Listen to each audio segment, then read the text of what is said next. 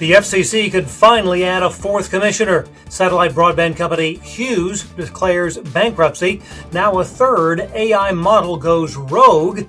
More scrutiny of the Universal Service Fund, and a really big AI chip manufacturing plant on the drawing board in Texas. Those stories and more on This Week in the Broadband Universe. Hello, everyone, and welcome. I'm Craig Corbin. The White House on Friday releasing word that Danielle Thuman has been nominated to serve as an FCC commissioner.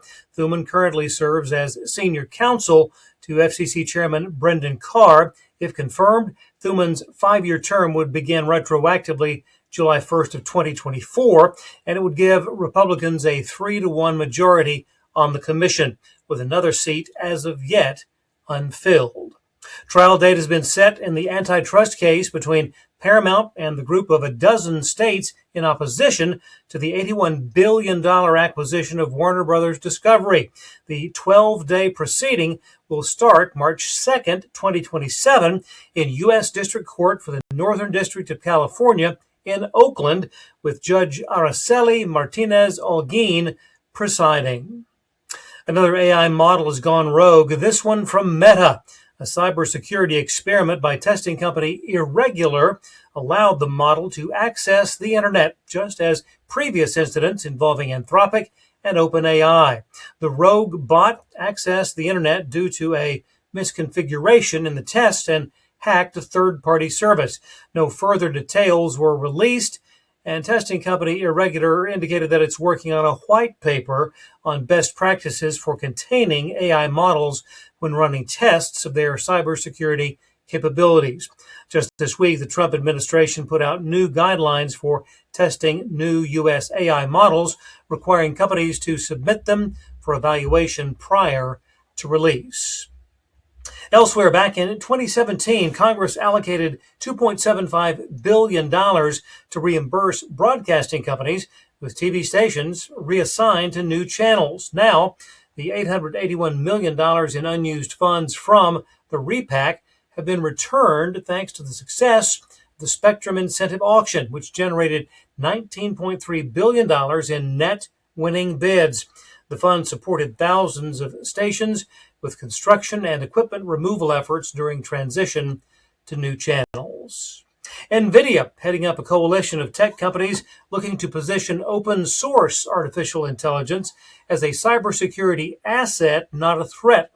Named the Open Secure AI Alliance, the group wants to create and deploy a suite of open source AI tools that any company could use to defend against cyber attacks. In addition to NVIDIA, SpaceX, Palantir, Microsoft, and dozens of other companies are part of that coalition. EchoStar company Hughes has filed for Chapter 11 bankruptcy protection. The satellite provider lost more than 21% of its broadband subscribers over the past year, with most headed to Starlink. In addition to competition from LEO satellite providers and inability to repay $1.5 billion in bonds that matured August 1st, factored into the bankruptcy move. Hughes now plans to refocus on enterprise, government, and defense customers. Gone away, the long-held cap on local TV station ownership, in place since 1941. The FCC voted 2-1 Thursday to rescind the rule prohibiting TV station owners from reaching more than 39% of all U.S. TV households. Back in March, the commission approved the $3.54 billion sale of Tegna to Nexstar. That's a move that would increase Nexstar's footprint to covering 80% of the nation's households. Free ad-supported streaming being considered by Disney, in part due to huge success in the FAST channel segment by Tubi and the Roku channel.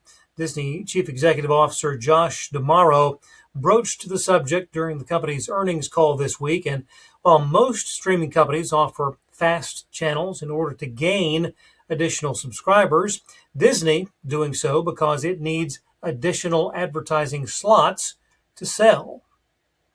Panel of judges from the U.S. Appeals Court for the Fifth Circuit in New Orleans looking into spending by the Universal Service Fund as part of a challenge from nonprofit Consumers Research.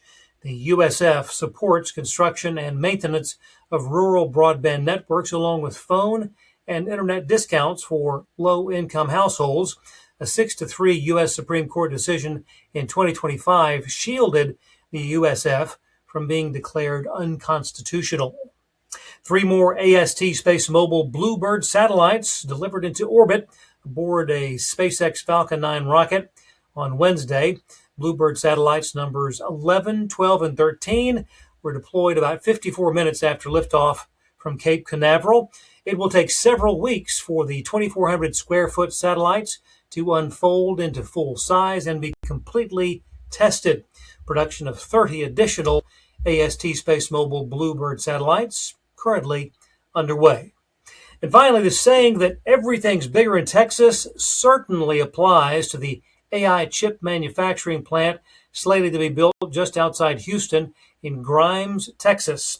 SpaceX this week announcing plans for Terafab Texas, and what will be the largest building in the world at better than 100 million square feet.